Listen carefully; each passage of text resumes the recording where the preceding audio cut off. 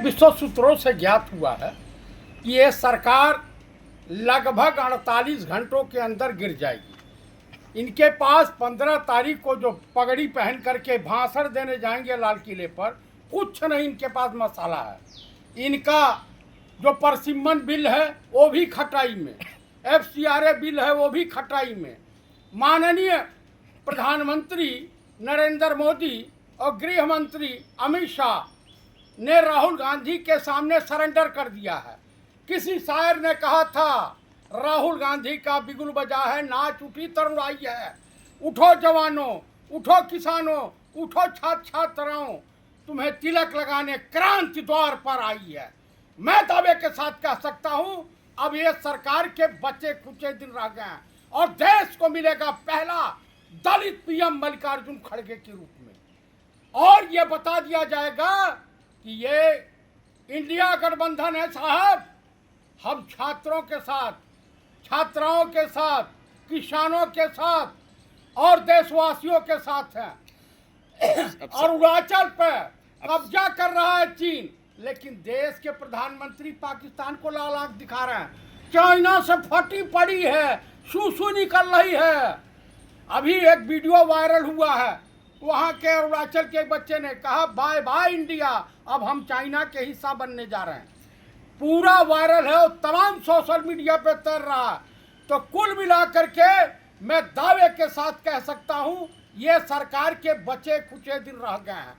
मोदी और शाह चिंतित सरकार कैसे गिरेगी सर? भाई चंद्रबाबू नायडू, नीतीश कुमार और एकनाथ शिंदे बगावत पर उतारू हैं और चिराग पासवान भी जाने की फिराक में है। आपको लगता है कि नीतीश साहब की इतनी हिम्मत है कि मोदी का साथ छोड़ देंगे? एकदम वो जो बिहार में घटनाएं घट रही हैं, जिस तरह से जो है मुख्यमंत्री का विरोध हो रहा है, कल छात्रों ने उसे काला झंडा दिखाया, अनपढ़ जाहिल तक बताया। तो बीजेपी में के शासित राज्यों में सबसे ज्यादा बलात्कार हो रहे हैं। लेकिन सवाल ये है, नीतीश जी या चंद्रबाबू नायडू नाराज क्यों होंगे मोदी से? अरे भाई नाराज क्यों नहीं होंगे?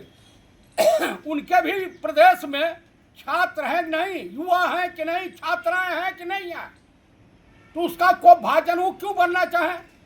गलती करे ये, लेकिन लाठीचार्ज करावे ये। मीडिया में ऐसी कोई खबरें नहीं है कि नाराज हैं ये। अच्छा, गोदी मीडिया पे आप विश्वास कर रहे हैं? अमन चोपड़वा को देख लीजिए, गया हुआ है। अभी एक आदिवासी का इंटरव्यू, आप आदिवासी आप सपोर्ट कर रहे हैं, कहा यहाँ हिंदू मुस्लिम आदिवासी ऐसा कुछ नहीं है, हम पीसफुल प्रदर्शन कर रहे हैं। और भाजपा ने 10 बस मंगा करके वहाँ शांतिपूर्ण ढंग से चल रहे प्रदर्शन को जो है हिंसक प्रदर्शन में तब्दील करा दिया। बंगाल से आए हुए हैं लोग। तो आप कह रहे हो मोदी सरकार गिर जाएगी? 100% भाई। हजारों की संख्या में साधु महात्मा मंदिर, राम मंदिर में चढ़ावा चोरी के खिलाफ मंडी हाउस में बैठे हुए हैं। तो कुल मिला करके भाई, जब दिन खराब होते हैं ना, तो कहा जाता है कि ऊंट पर बैठे हुए व्यक्ति को भी कुत्ता काट लेता है। किसको कुत्ता काट रहा है अभी? अब इनको देश की जनता पा जाएगी तो चटनी बना देगी। किसको? अरे भाई इन्हीं बीजेपी के नेता। अरे सोशल मीडिया पे नाम लीजिए ना, नाम लेके डरते हैं। अरे नरेंद्र मोदी, अमित शाह, राजनाथ सिंह जाए ना बिना सुरक्षा के पब्लिक के बीच। इनकी हैसियत है तो चले जाए।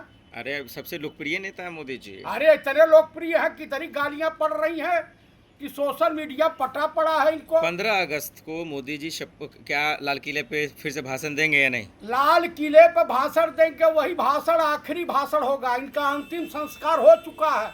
RSS पेशो पेश में पड़ी है कि हमारे लोग कैसे आबाद रहेंगे।